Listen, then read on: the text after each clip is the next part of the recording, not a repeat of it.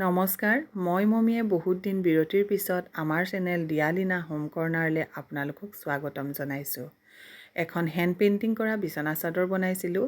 বহুত দিন বিৰতিৰ পিছত আপোনালোকলৈ সেই বিচনা চাদৰখনৰ ভিডিঅ'টো লৈ আহিছোঁ। আশা কৰিছোঁ আগৰ দৰেই আপোনালোকে এতিয়াও মোক মৰম দিব বুলি মই পুনৰবাৰ আশা কৰিলোঁ। এইখন হেণ্ড পেইণ্টিং কৰিছিলোঁ, পিয়'ৰ কটন বেডশ্বীট হয় আৰু এইখন কিং চাইজ বেডৰ কাৰণে বনোৱা হৈছে আৰু বিচনা চাদৰখনৰ কালাৰটো হৈছে বেবী পিংক।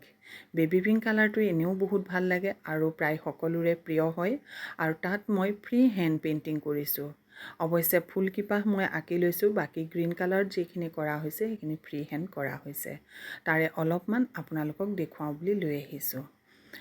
আৰু ইয়াতে মই golden, blue, pink, white, green আৰু এটা 3D য়েল্ল' কালাৰ আউটলাইনাৰ ব্যৱহাৰ কৰিছোঁ। প্ৰথমে মই বগা ৰংটোৰে গোটেই ফুলপাহ কৰি ল'ম। তাৰপিছত মই বাকী কালাৰখিনি কেনেকৈ কৰিছোঁ অলপ দেখুৱাম। অৱশ্যে সম্পূৰ্ণ ভিডিঅ' মোৰ কৰি থোৱা নাছিলোঁ। যি অলপ চলপ কৰি থৈছিলোঁ তাকে মই আপোনালোকক দেখুৱাবলৈ চেষ্টা কৰিছোঁ। এয়া বগা কালাৰটোৰে ফুলপাহ সম্পূৰ্ণ কৰি ল'লোঁ।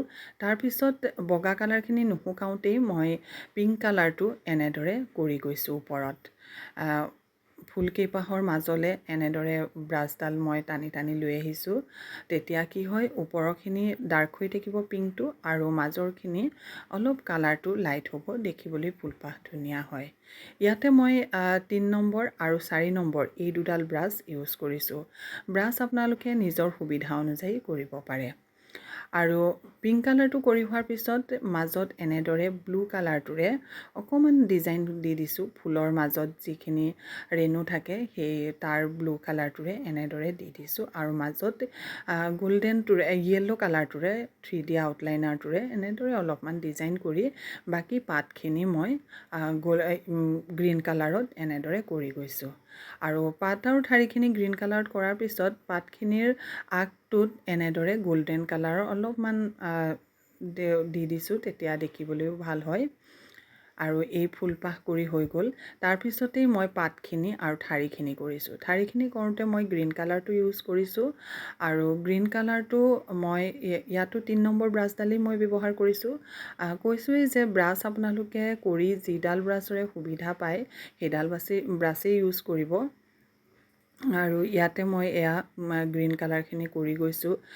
প্ৰতিটো পাততে মই এনেদৰে ঠাৰি আৰু পাতখিনিত এনেদৰে কৰিছোঁ আৰু মই এইখিনি আঁকি লোৱা নাই, অকল ফুলকেইপাহ আঁকি লৈছোঁ আৰু বাকীখিনি ফ্ৰী হেণ্ডত এনেদৰে নিজৰ ইচ্ছাৰে কৰি গৈছোঁ। ভিডিঅ'টো যিহেতু মই সম্পূৰ্ণকৈ কৰিব পৰা নাছিলোঁ, সেয়ে অলপ চলপ দেখুৱাইছোঁ। আৰু গ্ৰীণ কালাৰখিনি কৰি হোৱাৰ পিছত গল্ডেন কালাৰটো দি পেলাই অলপ যিটো কিছুমান পাতৰ কালাৰ যে য়েল্ল' এনেকুৱা থাকে গল্ডেন টাইপৰ, তেনেকুৱাকৈ মই গল্ডেন কালাৰখিনিও পাতৰ ওপৰত কৰি দিছোঁ। আৰু এই সম্পূৰ্ণ বিচনা চাদৰখন এয়া হৈ গ'ল, 2টা গাৰু গিলিপ আৰু লগতে বিচনা চাদৰখন এনেদৰে পাৰি আপোনালোকক দেখুৱালোঁ। আপোনালোকেও জনাব বিচনা চাদৰখন কেনেকুৱা লাগিছে। ভৱিষ্যতলৈ মই সম্পূৰ্ণকৈ আপোনালোকক এনেদৰে পেইণ্টিং কৰা দেখুৱাবলৈ চেষ্টা কৰিম। ধন্যবাদ।